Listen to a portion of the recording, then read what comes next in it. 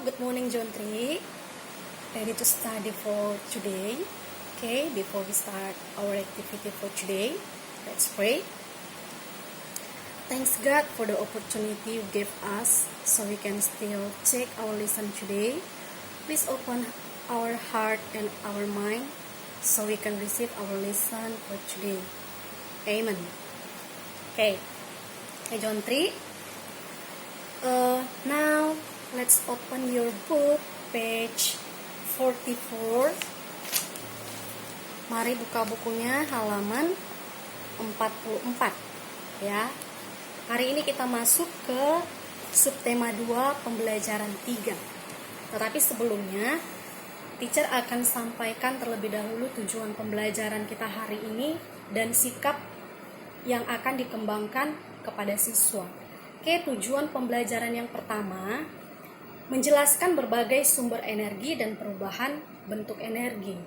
Yang kedua, mewawancarai lingkungan tentang sumber energi alternatif. Sedangkan sikap yang akan dikembangkan kepada siswa melalui pembelajaran kita hari ini, kamu diharapkan memiliki sikap percaya diri, peduli, dan bertanggung jawab. Oke, langsung saja ya John 3.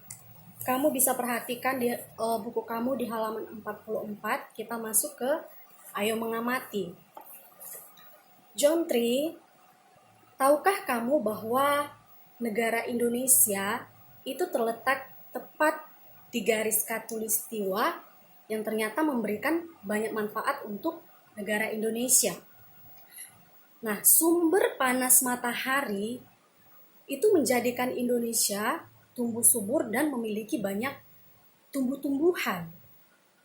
Oke, John 3, seperti yang telah kamu ketahui, berkat matahari, tanaman dapat berfotosintesis atau memasak makanan, sehingga dapat menghasilkan oksigen yang tentunya bermanfaat bagi pernapasan manusia.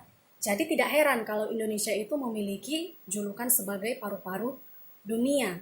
Tetapi selain sebagai paru-paru dunia, ternyata Indonesia itu juga banyak loh menyimpan kekayaan energi yang sangat berharga. Oke John 3, sekarang coba kamu amati lingkungan yang ada di sekitar kamu atau di daerah tempat tinggal kamu. Sumber energi apa saja sih yang dapat kita peroleh dari negara kita, yaitu negara Indonesia. Oke, next. Ayo membaca. Menjelaskan berbagai sumber energi dan perubahan bentuk energi.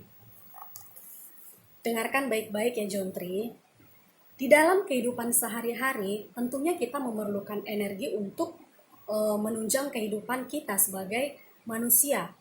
Nah, semua kegiatan yang kita lakukan tentu memerlukan energi. Jadi tanpa adanya energi, kita tidak mungkin dapat bergerak, bermain, bahkan bekerja. Benar kan? Iya benar. Jadi sekarang coba kamu baca teks yang ada di halaman 46. Ya. Nih, ini teksnya. Judulnya PLTU Mulut Tumbang. Nah, teacher sendiri sudah baca teksnya ya. Oke, John 3, berdasarkan teks tersebut, kita dapat simpulkan bahwa berkat sumber daya alam batu bara yang terdapat di Pulau Sumatera, maka sumber daya alam batu bara tersebut dimanfaatkan sebagai pembangkit tenaga listrik. Nah, pembangkit listrik ini dihasilkan melalui uap batu bara, sehingga mampu memenuhi kebutuhan tenaga listrik yang terdapat di Pulau Jawa dan Pulau Sumatera. Oke, setelah kamu baca teksnya John 3, berdasarkan teks tersebut, maka jawablah pertanyaan yang ada di bawahnya, nomor 1 sampai 3. Kamu bisa jawab di sini, atau kalau tidak muat, kamu juga bisa jawab di buku tugas tematik. Oke John 3, next kita lanjut ke Ayo Wawancara. Mewawancarai warga di lingkungan sekitar tentang energi alternatif. Oke John 3. Kita sebagai manusia sangat memerlukan sumber daya alam untuk memenuhi kebutuhan hidup kita. Nah, sebelumnya kamu sudah tahu bahwa sumber daya alam itu terdiri atas sumber daya alam yang dapat diperbaharui dan sumber daya alam yang tidak dapat diperbaharui.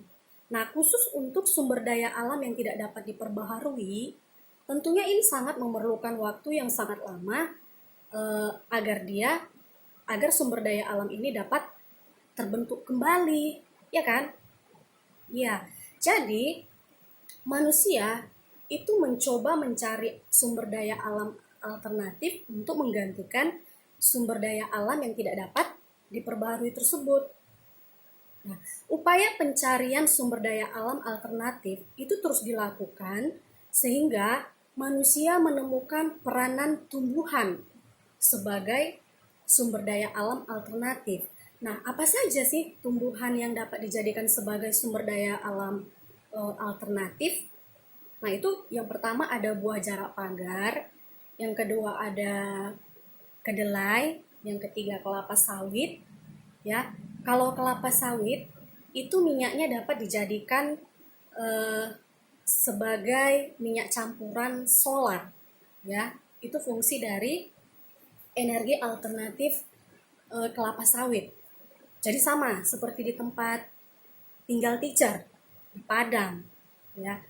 Sumber daya alam yang paling banyak di sana itu kelapa sawit. Jadi salah satu manfaat kelapa sawit itu adalah untuk dijadikan minyak campuran solar.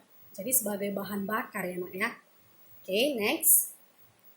Nah, hari ini kita akan melakukan wawancara Jontri, ya. Tetapi wawancaranya, narasumbernya masih tetap orang-orang yang ada di dekat kamu saja. Bisa orang tua, kakak, abang, atau saudara kamu terdekat yang lainnya. Nah, wawancaranya itu adalah tentang manfaat tumbuhan dalam kehidupan manusia. Ya, jadi teacher kasih pilihan buat kamu. Kamu bisa buat wawancaranya kamu tuangkan ke dalam buku kamu atau ke dalam bentuk laporan wawancara. Kamu juga bisa melakukan wawancara tersebut secara langsung dengan cara merekam, ya, dengan cara merekam atau bisa juga dengan pesan suara, ya, paham ya? Kalau teacher tidak salah kemarin di tugas yang lalu untuk tugas wawancara itu berkat tugas wawancaranya sangat bagus ya, karena tugas wawancaranya dilakukan dengan mamanya di rumah dan itu dilakukan dengan cara merekam melalui pesan suara lalu dikirim ke teacher Destiana. Nah, menurut teacher itu sangat bagus ya, jadi teacher harap buat Jontri kamu yang lain juga bisa seperti berkat Sitorus. Oke? Ya Jontri, untuk hari ini penjelasan teacher cukup sekian ya, karena untuk hari ini materi kita tidak terlalu banyak. Seperti biasa Jontri, tugas kita ayo berlatih halaman 48 nomor 1 sampai 4. Oke, bisa dipahami ya Jontri.